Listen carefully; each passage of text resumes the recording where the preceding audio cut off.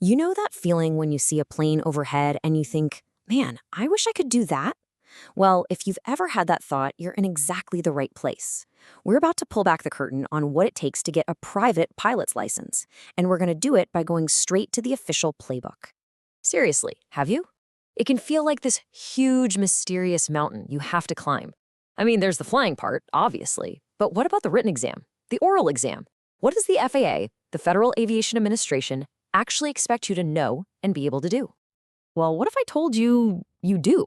See, the FAA isn't trying to trick anyone. In fact, they published this one single document that is the entire blueprint for becoming a safe, competent pilot. It lays out every single thing you need to know, every risk you have to consider, and every skill you've got to master. And this document, it's called the Airman Certification Standards, or just the ACS. Now, this is way more than just another study guide.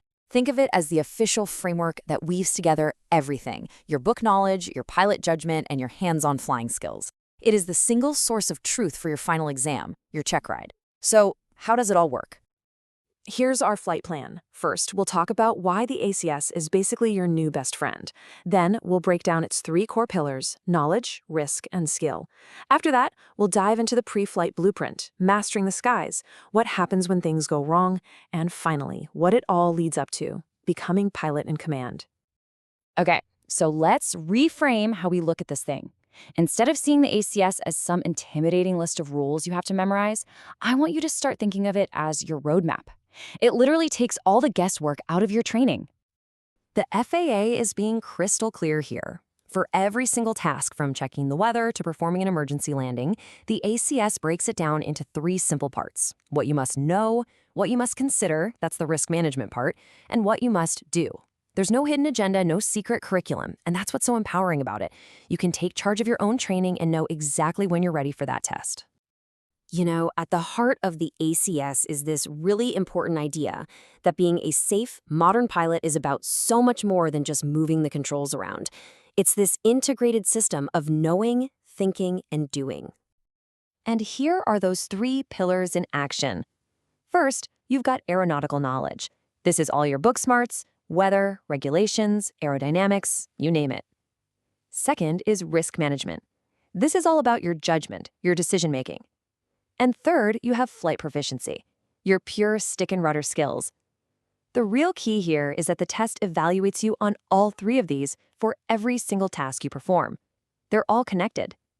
So let's see how this actually works, starting right where every single flight begins, on the ground. The first huge section of the ACS is all about pre-flight preparation, and for good reason. A massive part of being a safe pilot happens before you even start the engine. And just look at how much goes into this. This is all just area of operation 1. Everything you have to have down cold before you even think about taxiing. We're talking about legal stuff, making sure the plane is airworthy, decoding weather, planning a flight, understanding airspace. It's an incredible amount of groundwork, and it is the foundation of every single safe flight. So why all this detail? Here's why. That foundation is just so critical. Meticulous planning prevents problems in the air. By mastering this ground game, you're actually managing risks before they even have a chance to become airborne emergencies. The real goal is to make all the tough decisions on the ground, so the flight itself is, well, kind of boring and perfectly safe. Okay, so you've done your homework, you've mastered the ground game. Now it's time for the fun part: flying. The ACS outlines dozens of specific maneuvers that you have to be able to demonstrate with absolute precision. And this is really just scratching the surface. As you can see, the ACS covers every phase of flight imaginable. You'll master the basics, sure, like takeoffs and landings, but also more advanced maneuvers, like steep turns and stall recoveries. You'll even learn old-school navigation, just you, a map, and a watch. It's all about having total command of the aircraft in any situation. And when I say precision, I mean it. The standards are incredibly specific. Let's take something like VY, the best read of climb speed. It's not just climbing, no. It's a very specific airspeed right out of the airplane's manual that gets you the most altitude in the shortest amount of time. And on your test, you'll need to hold that speed within +10 or -5 knots. That's the level of precision we're talking about. And it's definitely not one size fits all. Landings are a perfect example. A soft field landing, say on a grassy strip, is all about finesse. You're touching down as gently as possible to avoid digging the wheels into the soft surface. But a short field landing? That's about pure, pinpoint accuracy, coming in over an obstacle, hitting the specific spot on the runway, and stopping on a dime. The ACS makes sure you have the right tool in your toolkit for any situation you might face. Now, this is where the training really proves its worth. See, a pilot isn't just someone who can fly a plane when the sun is shining and everything's perfect. A real pilot is someone who can manage the flight safely when things start to go wrong. And the ACS is packed with these kinds of scenarios. What do you do if your engine quits? What if there's a fire? And crucially, it requires you to prove that you can control the airplane only by looking at your instruments. This is a life-saving skill for one of the most dangerous situations a pilot can face: accidentally flying into clouds and completely losing sight of the horizon. Let's just break down one of the most critical procedures: recovering from an unusual flight attitude. If you get disoriented inside a cloud, your senses can completely lie to you. The ACS trains you to forget your feelings and trust your instruments. The procedure is simple and it saves lives. First, recognize what the plane is doing by looking at your instruments. Second, correct by leveling the wings first. That is absolutely crucial, and then adjusting the pitch. And finally, recover to stable, level flight. It's a practiced, repeatable skill for a very high-stress situation. So, after all this studying, all this flying, all these procedures, what is it all really for?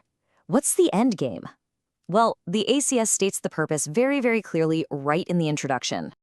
And there it is.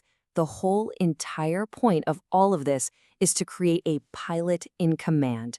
That title, PIC, it means everything in aviation. It means you are the final authority and you are directly responsible for the safety of that flight. Period.